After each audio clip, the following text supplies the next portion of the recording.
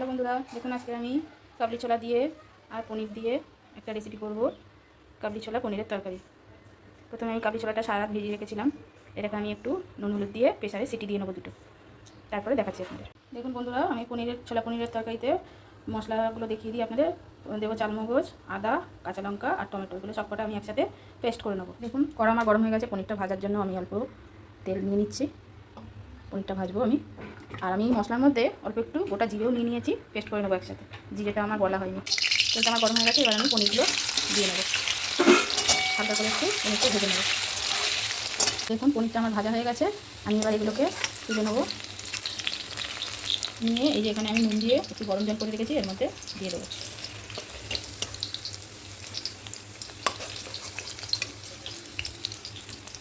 দেখুন পনিরটা আমি এইভাবে নুন জলে একটু ভিজিয়ে রেখেছি। আর এদিকে আমি মটরটা সিদ্ধ করে নিয়েছি। এবারে আমি তেলে ফোড়নের জন্য দিয়ে দেবো তেজপাতা, গোটা শুকনো লঙ্কা,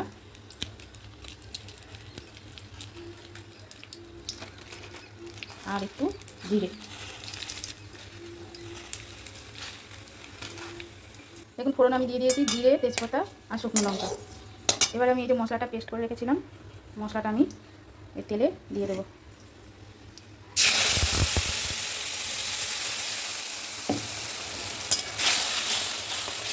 এটাকে আমি ভালো করে কষিয়ে নেবো। এবারে এতে আমি আর কোনো মশলা দেবো না, অল্প একটু লবণ দিয়ে দেবো। বেশি লবণ দেবো না, কেন আমার মটর লবণ দিয়ে সিদ্ধ করা আছে আর পনিরটাও লবণে ভিজানো আছে। এবার এটাকে ভালো করে একটু মশলাটা কষিয়ে নেবো। দেখুন আমার মশলাটা ভালো করে কষানো হয়ে গেছে, তেলও ছেড়ে দিয়েছে।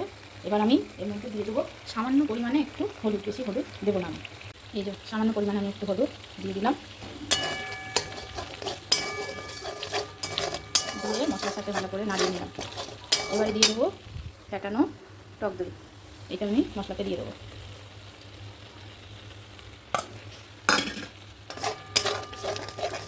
দইটা ভালো করে মশলার সাথে কষিয়ে নেব। দইটা দেওয়ার সময় আমি গ্যাসের আঁচটা কমিয়ে দিয়েছি, নাহলে দইটা ফেটে যাওয়ার সম্ভাবনা থাকে। আর এতে দিয়ে দেবো অল্প পরিমাণে একটু চিনি। এটা একটু টক দই দিয়েছি, টক টক ভাব হবে, তার সাথে একটু মিষ্টিটাও ভাব হবে।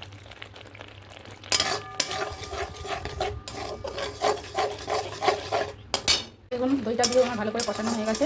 এবারে আমি এই সিদ্ধ মটরটা এর মধ্যে ঢেলে দেবো।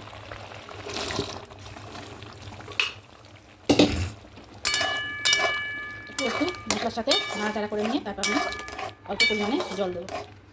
দেখুন মটরটা আমার ভালোভাবে সিদ্ধ হয়ে গেছে। একটু আমি হাতা দিয়ে কিছু মটর একটু গলিয়ে দেবো। এবারে এর মধ্যে এই যে আমি পনিরটা ভিজিয়ে রেখেছিলাম নুন জলে, এই জলটাই, গরম জলটাই আমি এতে অ্যাড করে দেবো পনির সঙ্গে।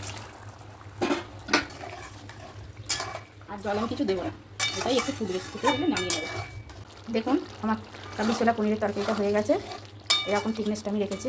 এবারে আমি নামানোর আগে এতে আমি এই পাশের মেথিটা ওপর থেকে ছড়িয়ে দিয়ে নামিয়ে দেবো। হাতে ক্র্যাশ করে রেখেছি একটু।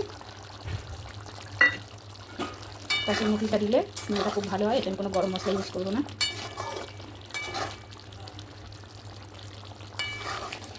এবার আমি গ্যাসটা অফ করে দেবো। আপনাদের এই রেসিপিটা কেমন লাগলো অবশ্যই আমাকে জানাবেন কমেন্ট করে, আর লাইক শেয়ার করবেন।